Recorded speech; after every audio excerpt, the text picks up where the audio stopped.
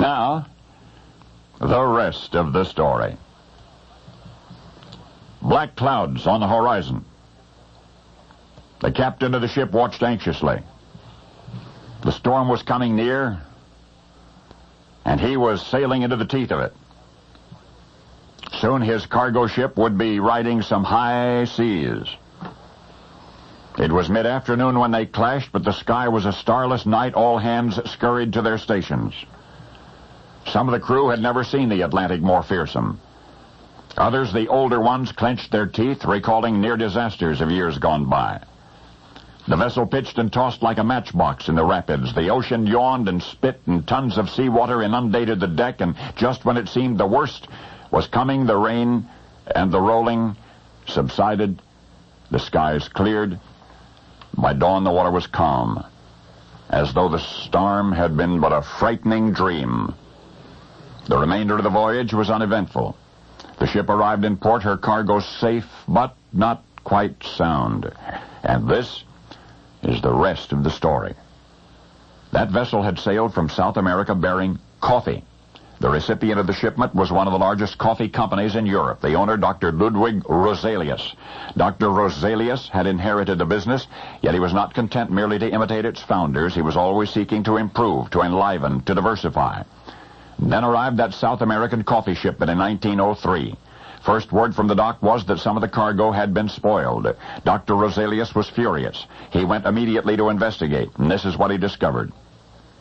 Not all of the coffee he had ordered had fit into the cargo hold below decks, that which had remained untainted. But the rest of the shipment had actually been lashed to the exposed upper deck of the vessel, and when the seas rose and the salty sea water poured onto the deck, it had also poured into the coffee. Dr. Roselius inspected that portion of the shipment. It was indeed unfit for commercial use. Aggravated, the owner turned to his employees. "Have the fresh coffee unloaded as quickly as possible," he ordered. "And for the rest, the bad batch, turn that over to company researchers for experimental purposes. There was no sense in counting it a total loss. Maybe they could make something of it." And that is the way Dr. Roselius was. He never wasted a thing if he could help it.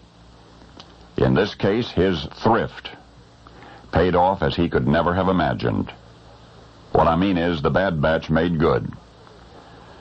For you see, Dr. Roselius had been experimenting with various ways to remove from coffee most of its caffeine. Thus far, each experimental process had failed. Nobody had been able to remove the caffeine from coffee without materially altering the flavor. Until 1903. For it was then that a salt-spoiled shipment of coffee reacted differently to testing. That difference led to a new approach, which eventually succeeded in removing 97% of the caffeine without harming the coffee's flavor or aroma. Dr. Roselius was delighted. And he named his new decaffeinated coffee after a contraction of the French words meaning without caffeine. The French words are sans caffeine. Sans caffeine. So you know the coffee product that came from a mishap at sea. You know it as Sanka. Now you know the rest of the story.